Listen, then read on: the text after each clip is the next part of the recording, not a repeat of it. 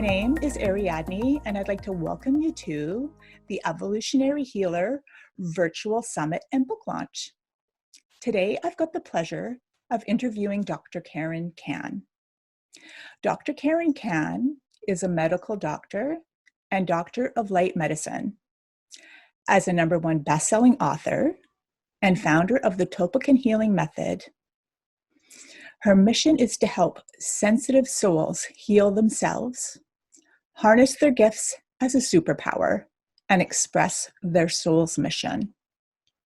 What she is really passionate about is empowering sensitive souls like earth angels, indigos, starseeds, and empaths to shine their light so that together we can all pull the world out of darkness.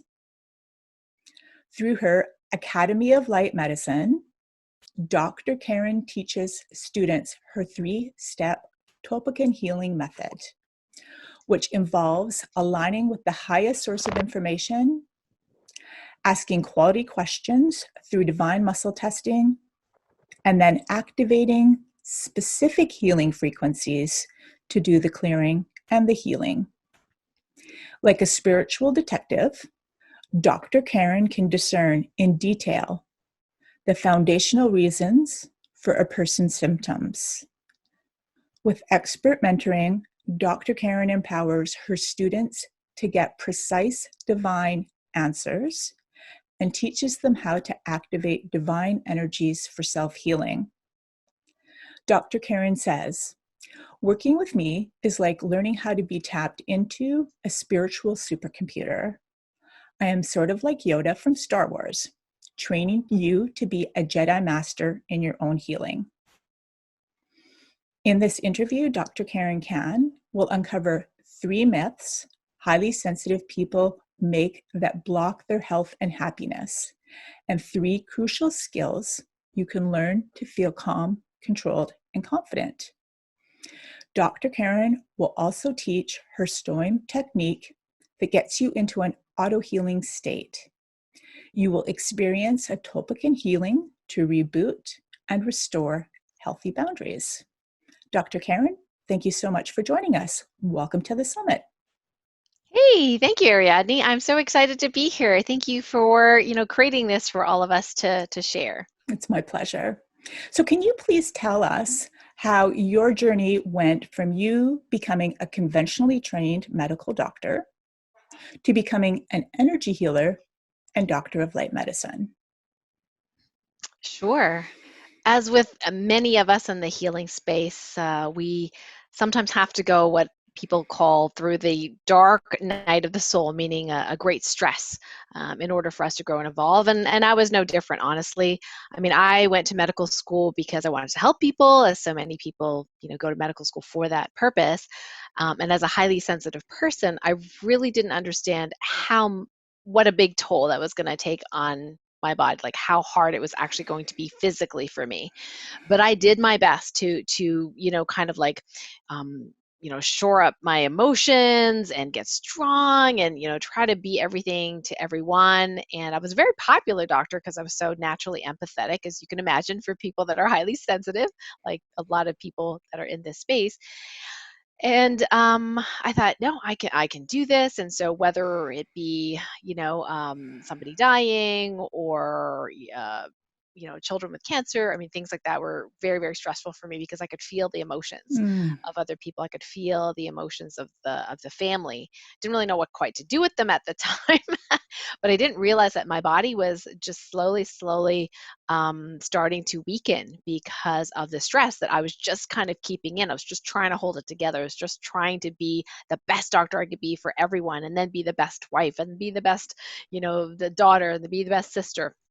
Unfortunately, that trying to be the best and trying to be perfect at everything really took its toll. So after a number of years in practice, very few years actually in practice, where I was working in an underserved area, helping really, really, sick and lower educational, people with lower education. So it was they had a lot of issues that a lot of educated folks didn't have. A lot of psychological issues, a lot of mental issues, a lot of relationship issues, in addition to all the illnesses they had. My body just kind of went And one day I just couldn't move. I came out and was like, my neck is killing me. I can't move my head. And that was the start of what became a journey with fibromyalgia, chronic fatigue Mm. syndrome, Hashimoto's thyroiditis, multiple chemical sensitivities, and even depression with suicidal ideation and anxiety. Tried some drugs, medications, I mean.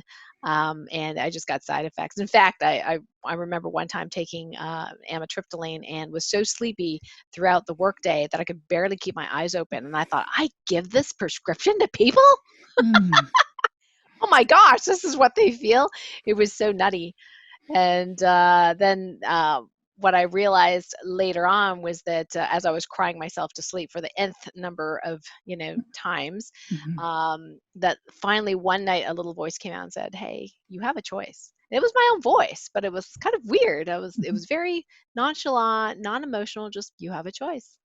And then I was thinking, no, I don't have a choice. And then, but it kept saying, no, you have a choice. And then I really got silent for the moment and I thought, what choice do I have? And then I realized it was the choice to keep living or to die because at that point I was suicidal. So then I actually made a choice that I was going to live and I was going to do whatever it took to get better. But that meant doing some things that were pretty unpopular. And that meant getting a divorce, which was very devastating to my Mm. parents at the time. They actually cried and never seen my dad cry before. Oh. And yeah, it was, and as for a highly sensitive soul, that was really hard. Mhm. And so I went through this journey of doing whatever it was that was necessary for my healing and not leaving the responsibility to others, which it was, I found out that's what I was doing. I was doing everything for everyone else, and then that therefore I could blame everyone else. Well, I can't do this for me because my husband needs me, my patients need me, my parents need me. But at that turning point, I said, no, I'm responsible for me. And if they get pissed off, oh well, because I'm not blaming anyone anymore for my illness. Mhm. And I then I started attracting the right teachers, the right books, everything like that. That helped me on that journey. And partway through, I was really, really interested in the psychic development. So ESP and visions, clairvoyance, all that kind of stuff, and realized, oh my gosh, I'm actually pretty good at this stuff. And it became fun. The healing journey became fun. And as I healed myself over, a 2 or 3 year span physically, just kept expanding spiritually, energetically, then naturally what happened was the people that came to me as a medical doctor and for acupuncture, I started noticing this trend.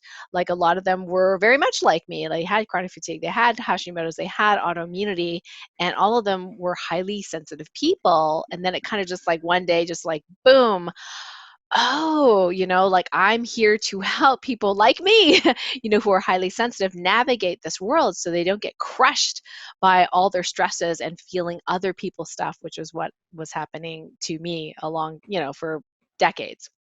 And so Mhm. that's how I got to that place, and then realized that one day that learning all these different healing modalities, learning all these different styles, started having a conversation with my guardian angels and angels, and said, what do I do with this stuff that you've taught me? And got the answer that it was another healing modality. And I thought, oh yeah, right. There's so many healing modalities out there. They're so awesome. Like, why do I need my own?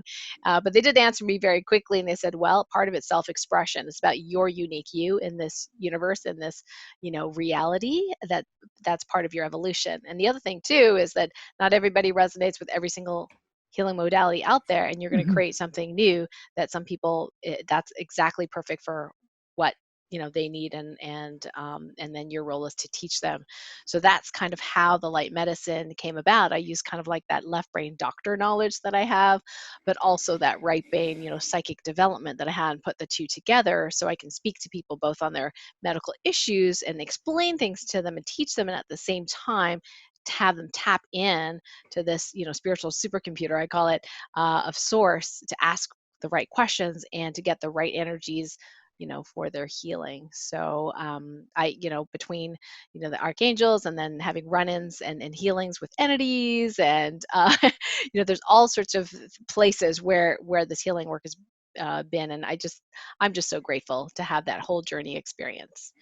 Well, it's quite a unique combination that you have as well, being, trained as a medical doctor, and then, as you said, totally tapped into the whole right brain psychic awareness.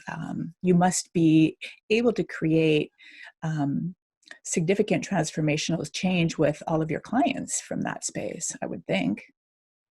Well, it's been really an amazing journey. I learn from them as much as they learn from me, and my big mission is really to support these highly sensitive people in healing themselves, and then they can, in doing that, fulfill their soul's mission, create a life of joy. And so I have so much fun working with people. For example, as of this recording, there was, riots and protests in, many, many cities all over the world. And so, I did a little experiment with Topican healing. The cool thing is with what's called the ascension process, where there our gifts are expanding, the vibration of the planet's expanding. It's a very positive thing. Sometimes people can feel too much, unfortunately, and so they think it's negative, but it's a really positive thing. And what I noticed was I decided I was going to do an experiment. So some of my light warrior tribe on our Facebook group said, "Help! I need help. We have riots, we have violence right outside my door. I'm very scared." And I said, "We're on it." Right. So we asked for prayers for each other. And I thought, well, I'm going to do a little experiment. So what I did was I did a clearing, in her space, in her town, which was Sacramento. And I asked her, I said, tell me next, what happens. And so right away, she said that night, rules were changed. The National Guard came in. There was peace. The next day, there was just a peaceful protest. There were prayers. And it was, people, praying together, singing together. I mean, she said it was so beautiful that tears came to her eyes. And Mm. then another gal, same group, said, "I need help too in my area." So pretty much did the same thing for her. And again, it worked. There was nothing that happened that night. Totally silent, very peaceful. Their one piece of graffiti was quickly caught by, men in the neighborhood patrolling, and they just, rubbed it out. And so she was very thankful. And I thought, well, you know what? Why don't I just teach everybody to do this? So, so I went on Facebook Live, literally yesterday, and we taught everybody what I call the Peace Emerging Protocol. And the idea was they are beacons. They are the beacons of peace. They are like the lightning rods for which I can, guide and actually, even though I'm doing the healing or guiding the healing, that person in that town gets to amplify their positive morphic field, their auric field in this positive space, and Mm. literally clean and clear their entire neighborhood, their entire community. So I'm super excited to see what the results were. But we got lots of people saying how wonderful they felt, and Mm. how peaceful they felt. And as you know, as many people know, peace starts from within. They say, "Let there be peace on earth, and let it start with me." Right. So that's my passion, is to helping people do that kind of powerful stuff. Well, it's also, a significant testament to the fact that what we choose, ourselves, and what we choose to embody and heal within ourselves obviously ends up contributing, to the whole at large too, right? And can create significant change and transformation globally instantaneously, right? So what would it take for more of humanity to realize the potency and power they have with where they put their Mm. energy and their consciousness? Absolutely. And that's why summits like this are really important. So it's to remind us, hey, each of you, each of us, we are powerful. And it's not about fixing stuff out here. It's working with our own energy and being that beacon of love, that peace, that Mm. joy. And that's what helps really heal the world at a foundational level. It's not enough to change the laws. It's not enough to throw money, yeah, at something, or reparations or whatever. It's not enough to do those things. Those things aren't bad, but it's not enough. We need to change it from the foundational seed, if you will, of the tree that grows up. We can't just trim the branches. We really need to change the quality of the seed that grows the tree into our whole community, that consciousness. Totally agree with you. So, can you share a little science about why paying attention to energy and energy medicine or light medicine is important? Yes, thank you for that question. There's been some really interesting science that have come out, and in recent past, and some of the people doing the work, Lynn McTaggart is one of them. She's a wonderful gal, journalist actually, who decided that she was kind of a skeptic.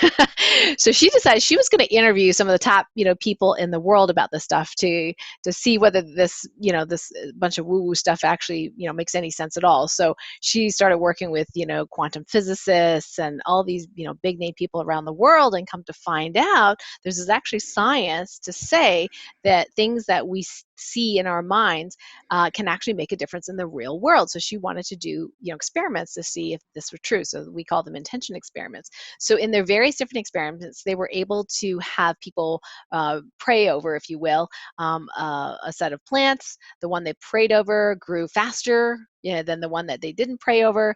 They were able to change random event generators, which are kind of like an electronic coin toss. Normally you get a 50-50 heads and 50-50 tails, right? 50 heads, 50 tails.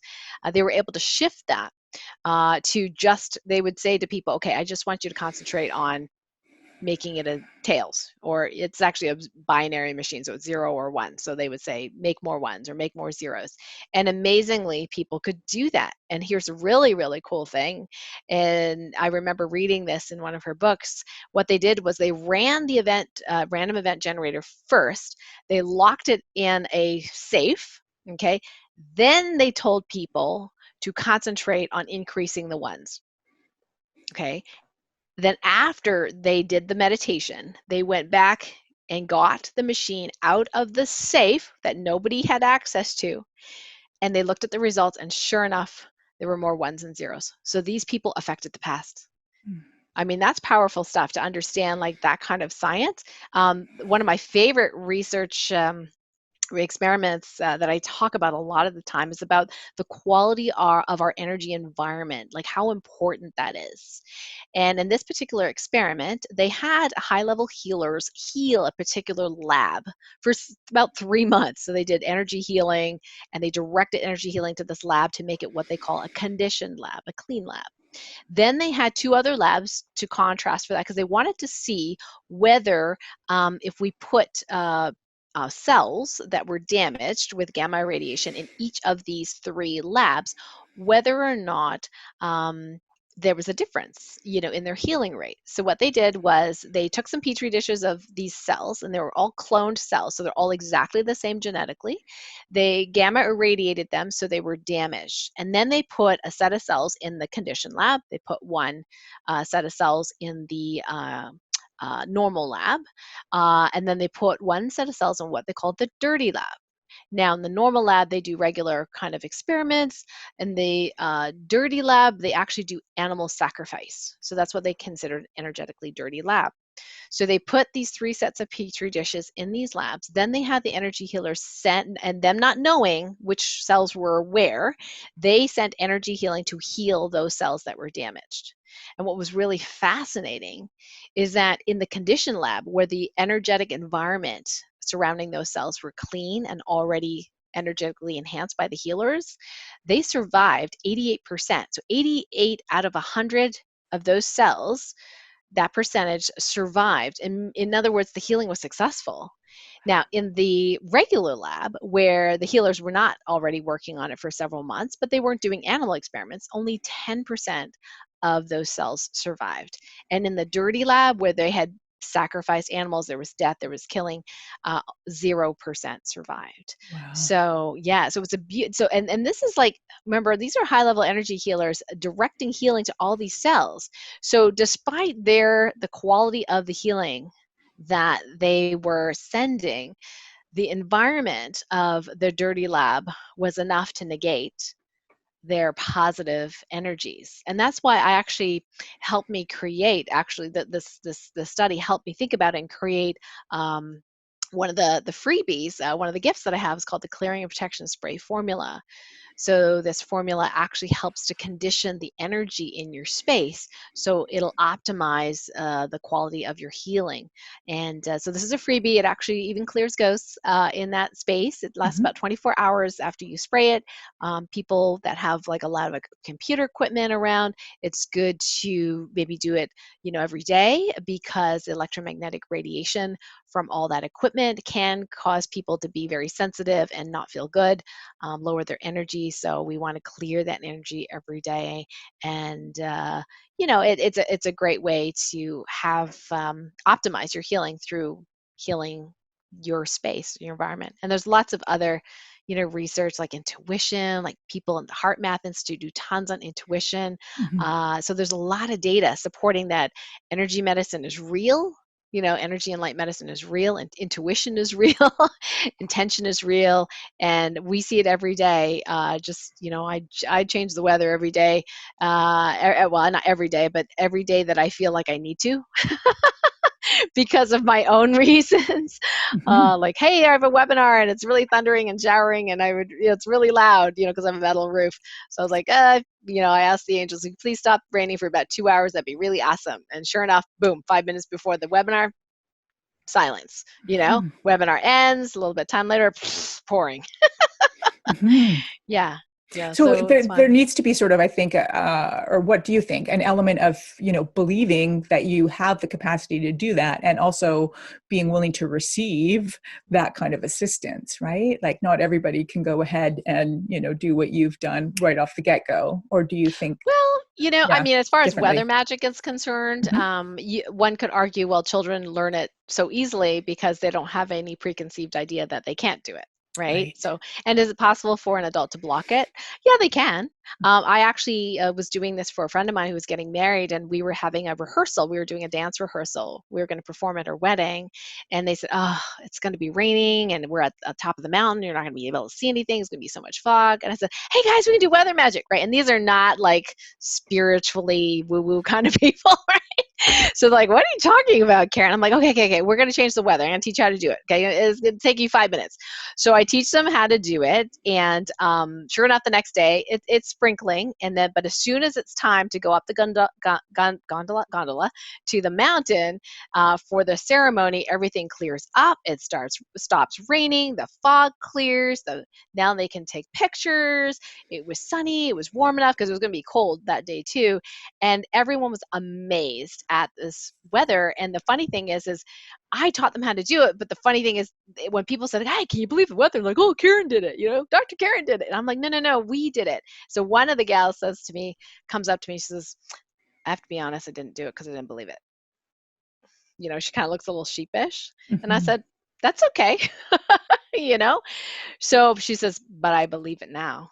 So some people do need to have that evidence, and yeah, it's more likely adults than children for sure. But just being willing to be open to the possibility is enough. You don't have to believe. Just like I say to acupuncture patients, Right. you don't have to believe that this is work, but are you willing for it to work? Are you, like you said, are you Hmm. willing to receive, right? And if they're willing to receive, then we're good to go. Yeah. Perfect. So you work with highly sensitive people, those you call sensitive souls. What common health issues have you come across working with these beings? Well, a lot of them are very similar to what I went through, and I understand completely why I had to go through it myself. So I could really be compassionate, so I could really understand what was going on. And what I've discovered is that highly sensitive people not only have difficulty with their boundaries to some extent, they actually feel so much. It's like their sensors are like really, really big. So they don't all just sense things in their immediate vicinity. They can sense stuff going on, and sometimes unpleasant stuff going on, a mile from them, 3,000 miles from them. An earthquake is happening. Those are geosensitive people. Like they can, if somebody die, like a whole bunch of people die on another part of the planet, sometimes they can feel that emotionally. They just feel suddenly like horrible grief. So what happens is that their bodies can kind of, respond or over respond to some of these stressors, and then physically over time can cause things that we diagnose in medicine as allergies, autoimmunity, chemical sensitivities, gluten intolerance, chronic pain. And I used to be an empath for Mother Earth, meaning that it was my job to do healing on Mother Earth whenever she called. So that wasn't necessarily every day, but sometimes I'd wake up suddenly with a swollen, painful knee, and I'd be like, I didn't really do anything, you know? And with Topican healing, I could quickly ask, whose stuff is it? Is it mine? Is it someone else's? And if it was Mother Earth, I knew, okay, that was my role, was to heal Mother Earth. Like I remember one day, Ariadne, it was the Koreas. The Koreas were about to kill each other. I was like, okay, well, I don't know too much about politics, but okay, let's send some healing. Let's send some angels. And I did something, and that was it. The knee pain just disappeared. But that Mhm. was my signal that Mother Earth needed me, and it would continue using my energy until which time it was done. But if I knew ahead of time or during the whole episode what needed to be healed, I could heal it much faster than just Right. auto healing, Mother Earth. Mhm. So some people that are highly sensitive souls have actually no idea that maybe even 90% or more of their symptoms are other people's stuff or Mother Earth stuff or the Right. universe's stuff or mass consciousness or all of humanity stuff. So their depression, anxiety, chronic fatigue, their overwhelm, they're manageable if you know that it's because you're highly sensitive and gifted that these are happening, and then you can control and harness those gifts so you don't have to suffer from those symptoms. Mm, beautiful. So, what are some of the mistakes or myths that sensitive people have bought into that are causing them trouble? Yeah, so I wanted to share some of the common myths that I see. I'll share kind of like the top three that I see day in and day out with these highly sensitive people. Myth number one is maybe the most important one, and the belief that there's something wrong with me. So it's not true. um, People that are highly sensitive and are symptomatic, it's not that there's something wrong with you, it's that you're highly sensitive and it's a gift and you're not seeing it as a gift or a superpower, as I like to say. And so it's more like needing to train to learn how to manage that gift, turn things on and off. For example, I can actually, it's not always 100% because our gifts keep expanding, but I can literally feel into something and use that as part of my intuition. Like, and that's why people like my family and friends, they enjoy getting their birthday gifts and Christmas gifts from me because I can actually feel into what it is they would like or Mm. enjoy and what they would not like and enjoy. And then I can make choices based on that. And they're like, "Oh, this is perfect." I hear that a lot. "This is perfect. I love it." So that's an example. Now I'm not feeling their stuff all the time, right? I just literally dip in, feel what they would like. No, yes, yes, okay, got it. Come back out, right? And that's how we can use our superpowers. So that myth, something that's wrong with me, it's not true. It's just needing to harness and hone those gifts that I call superpowers. Now, myth number two is I find this all the time is everything that I'm feeling is my stuff. People assume that if you feel it in the body, it must be my stuff. It's just an assumption. It's not like they literally go, "Oh, this is my stuff." No, it's just like, "Oh, well, I've got, this knee pain. I've got autoimmunity. I've got, and so they own some of these symptoms, which is really common. And what I teach my people to do, and it takes some doing, and I have to practice it myself and remind myself, is that sometimes when we feel a symptom, it may not be ours. We might be feeling somebody else's stuff or something else. So the skill set required is more discernment to to say, okay, is this mine? Is it not mine? And so the best thing we can do is assume it's not yours. If somebody's highly sensitive, just assume it's not yours and just go, well, if it isn't mine, what do we do with it now? Right. And again, there's some training and things that you can learn on how to do that. And then the third myth that I see very, very commonly with highly sensitive people is one that I think many of us, even non highly sensitive people, have is that if I do what I think I'm supposed to do, if I do the right thing, I should feel normal. And this is a tough one because many people get to the point where they have tried everything to feel better. They've gone to all these specialists, these doctors, spent tens of thousands of dollars on all these medications or Hmm. whatever. Some people even gotten surgery, or even multiple. If they're into energy healing, maybe they've spent lots of money on energy healing, and they still don't feel better or don't feel better consistently. And here's the thing: is that we feeling normal is highly overrated, meaning that the idea is you have a gift because you're supposed to do something with that gift. Trying to get someone to fix you so you feel normal is a very band-aidy kind of approach. Really, instead, I would prefer people to go, wow, what can I do to harness these gifts so that I'm less symptomatic, but also do my soul's mission. So normal is a myth. There is no normal, and wanting to be normal is actually uh, kind of counter to the healing process.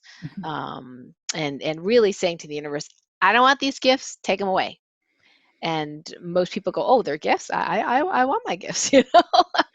Yeah, so those are the three myths I commonly see all the time, Ariadne. So the highly sensitive people, if they don't embrace and honor their gifts, is that actually going to create um, unhealthy experiences for them and a life that isn't as bright and beautiful as it could be? Yeah, yeah, exactly. It becomes a real pain point, because they're resisting, their gifts, and because they don't know their gifts and they weren't told they were gifts, and we don't get to, we don't teach our young people, how to do that. Like one of my kids was like, I think 14 at the time. She had fibromyalgia, one of the youngest fibromyalgia patients I ever had. Hmm. And I had taught her, how to set healthy energetic boundaries in school, and she was doing fairly well. And what happened this one time was, they had an exam, and she's A+ student in this class, no problem. Because of chronic fatigue, they were having her just do the test alone, but she had been feeling pretty good. So she took the test with everyone in the class. All of a sudden, she couldn't think. She was overwhelmed with emotion. She was anxious. She couldn't think. She failed the exam, and the teacher knew that she was A+ student, right? So they figured it had to do with her chronic fatigue. Well, I knew exactly what happened. I said, "Did you remember your bubble?" No. She said, I forgot. I kind of forgot for a while. I was like, yeah, that's what I thought. But they let her take the test alone. Of course, she aced it, But the thing was that she goes, I don't understand what happened. I said, what happened was every day it was fine. When you had to take the test, whose anxiety were you feeling? And she's like, oh, because she knew her material. She had no anxiety about it. She knew she was going to ace the test, but she could feel 30 other people in the room freaking out. No wonder she couldn't concentrate, right? Mhm. Um, so that's just an example of that. And so if we one of the biggest pains that people have as highly sensitive people, is exactly what you said, is if we don't realize, if we don't acknowledge, if we don't honor it, the pain comes from thinking it should be something different, Right, that life is right. terrible and we're some sort of victim. Mhm. So, what kind of skills can highly sensitive people learn to help themselves feel better and stronger and healthier? Yeah, there's three core ones I want to talk about today. The first one is discernment. And I know this can be a little tricky to feel, is this mine or isn't this mine? But sometimes just asking the question is enough. Like the universe goes, aha, they learned something, So what happens is we have these, like, I call them abundance challenges. They're like mini tests. You can tell I'm like, A+ student in the past, right? So I do this testing. Anyway, so I like tests. So it's like the universe gives you a little challenge, a little obstacle, just to make sure that you are growing, but also confirm that you're growing. Sometimes they give you the same test that you did not pass before, just to show you how far you've come. So discernment, even just saying, I wonder if this is mine. And then even saying, okay, if it's not mine and I don't need to do anything about it, I don't need to feel it. Thank you, thank you, thank you. Angels, do whatever needs to be done, right? So I don't need to feel this. Just that awareness that it might not be yours may be enough to just stop the symptoms. So that discernment is really important. And one of the things we're going to do today is just demonstrate one of the meditations that I teach, which is fairly simple to learn, especially for highly sensitive people, called STOIM, stillness through observing internal movement. And in this place, what happens is we get to know ourselves, our true selves, feel our true selves. And what happens is in that space, a lot of things and energies that are not ours automatically starts to shed from us. And so that's a very powerful practice that is very easy to learn that we'll be doing today. And the second thing that people do for discernment is another skill set I call divine muscle testing. It's a way of going into that place where you're full of yourself, so to speak. I call it the stillness, because when we're feeling ourselves, we often don't think. You can't be in the same place at once by thinking and feeling at the same time, your own space. We actually can do muscle testing. And it's something I teach in many of my programs, to be able to get yes, no answers from source. So discerning. So that's the one of the number one skill sets for highly sensitive souls that are super important. The second one is clearing. Now, clearing is a skill where the energies that aren't ours, that don't belong to us, that we don't necessarily have to deal with because it's other people's stuff, to learn specific skills to clear them from ourselves, can really help, because it's like brushing your teeth every day, or going into the shower and cleaning yourself, or washing your hair. It's like after a while, if you don't do that, people probably won't want to hang out with you, because we'll smell. So doing a regular clearing to make sure that that we are sovereign, and that energies that we've picked up during the day, which is natural to do, just walking around, whether it be a video saw on Facebook by accident, or you're at the store and there was an angry clerk, whatever it was, that we can actually clear that. So discerning and then clearing. And then the third thing is we're going to work on today as well, is restoring healthy boundaries. And I describe 7 different kinds of boundaries: the physical, mental, emotional, spiritual, energetic, dimensional. You can also call it relationship boundaries as well. And there are energetic components on that one could heal. Now, physical boundaries, that also includes things like, how intact is your skin, how intact is your gut, how intact is your, brain lining, so to speak. But the other ones, the mental, emotional, energetic, spiritual, dimensional, and even relational, we can do energy healing on. And so we'll make that intention today, so we can restore boundaries. So highly sensitive people, I would recommend them do the boundary restoration every single day. And that's actually in my chapter as well, written out in the alternate self syndrome chapter in the book. Beautiful. Thank you. Would you like to go ahead and offer that transformational experience now? Absolutely, absolutely. All right, so if you're listening in, what I'd like you to do, if it's safe for you to do that, is I'm going to assume that you haven't done the stone yet. So we're going to start right from the get-go, from the baseline, is have you close your eyes, and then we're going to have you tune your attention or focus your attention to the inside of your body. So there's 3 steps to the stillness. Stillness through observing internal movement. The first step is focus. So we're going to have you close your eyes and focus your attention on the inside of your body. If you're like, what's that? Just touch your hand to a part of your body and notice that's the outside of your body.